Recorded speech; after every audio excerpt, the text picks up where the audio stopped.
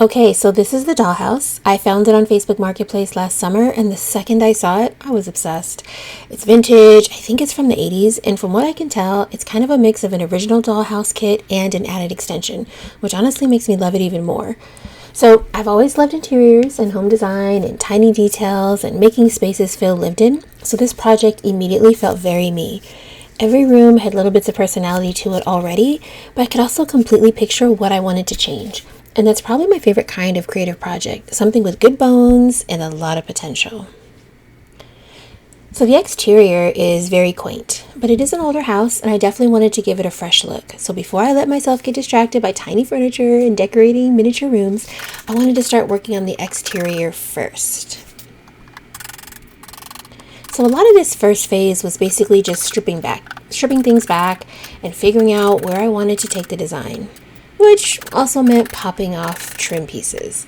Lots and lots of trim pieces, windows, railings, scraping everything down, and frankly, making an absolute mess.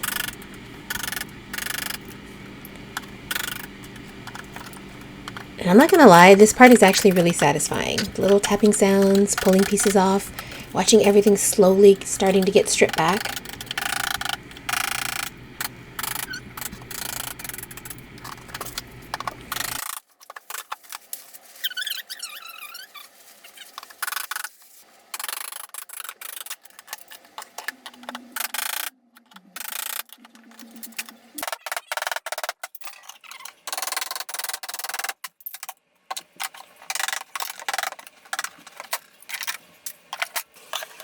So I'm taking down this porch swing, but this is a piece that I definitely want to reuse for this house.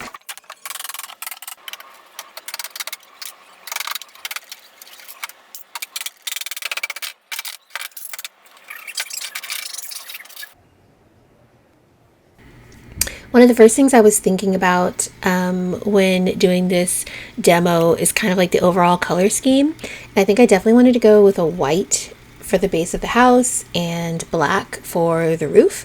And I ended up using a gel stain. I think it's in the color Jet Black. I'll have it linked probably. So the black roof was one of the first decisions I felt really sure about. I wanted the contrast. I wanted the house to feel classic and cozy, but still updated. And once the paint started going on, it was easier to see the direction I wanted to take everything.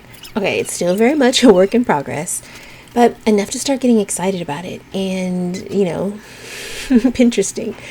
And miniatures somehow make every tiny design decision feel way more dramatic than it probably should. Or maybe it's just me. I decided to go with the gel stain on this because I really wanted to get a very rich black color and was hoping not to have to do multiple coats of paint.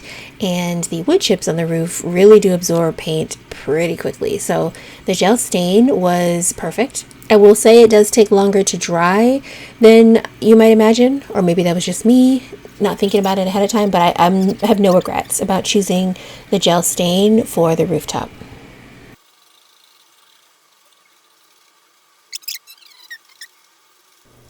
Okay, so now we're going to paint this thing. Like I mentioned, we're doing a white. I think this paint color I'm using is actually Gray Mist by Benjamin Moore. And we're just going through and giving this first coat. I'm not sure if you'll see it in this video, but I end up doing 2 coats of the entire exterior just to get a really nice color saturation.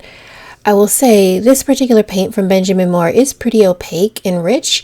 I just wanted to make sure we're covering up the blue really well, and I didn't want to do a separate primer first, to be honest. I knew pretty early on that I wanted the exterior brighter and more like a fresh starting point.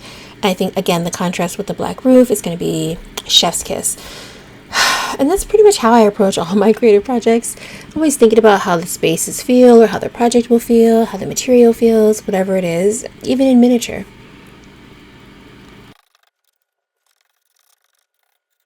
So downstairs, you're going to see a few of the little black windows. Those are probably one of my favorite details so far.